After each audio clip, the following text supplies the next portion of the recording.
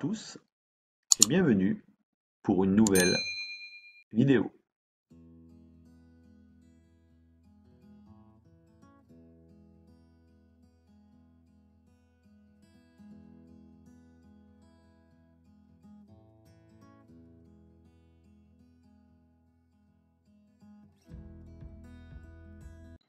Nous allons voir maintenant comment afficher un élément et collecter des informations des éléments de la maquette numérique.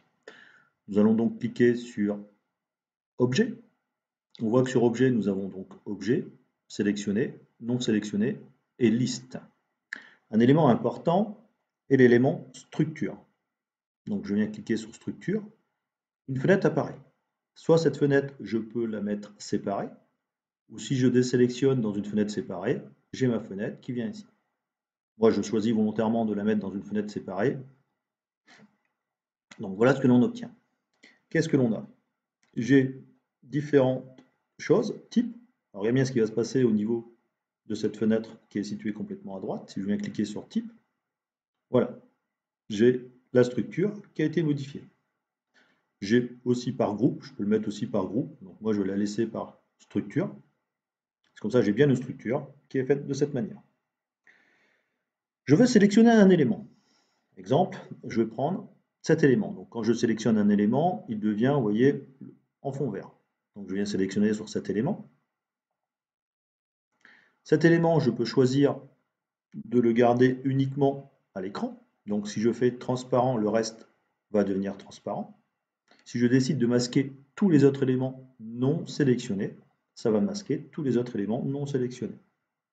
Si malheureusement je suis un peu perdu, que je n'arrive pas à voir toute ma maquette numérique, il me suffit simplement de cliquer sur Afficher tout. Et voilà, ma maquette numérique revient dans son intégralité.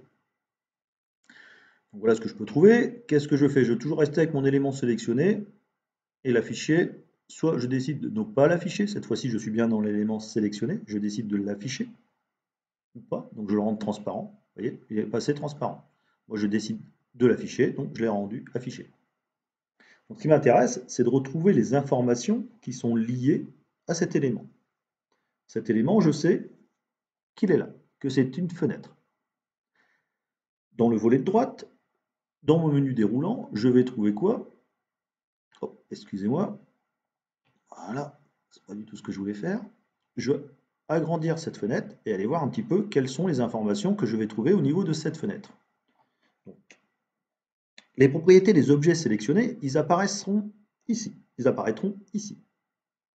Nature de l'objet, son nom, sa position dans l'espace, ses dimensions. Je peux avoir la longueur, la largeur, l'épaisseur et d'autres caractéristiques si la maquette numérique les a bien créées et que ceux-ci se sont bien exportés et importés entre le logiciel natif et la visionneuse.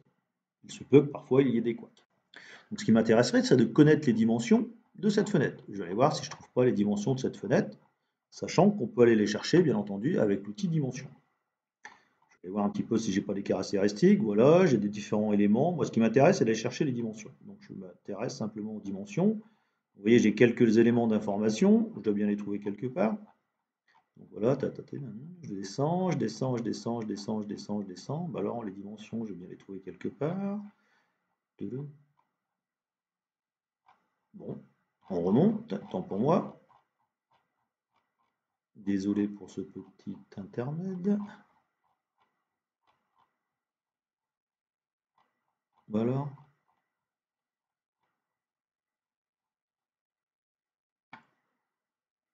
Voilà, je retrouve bien mes dimensions qui sont là, 300 par 95.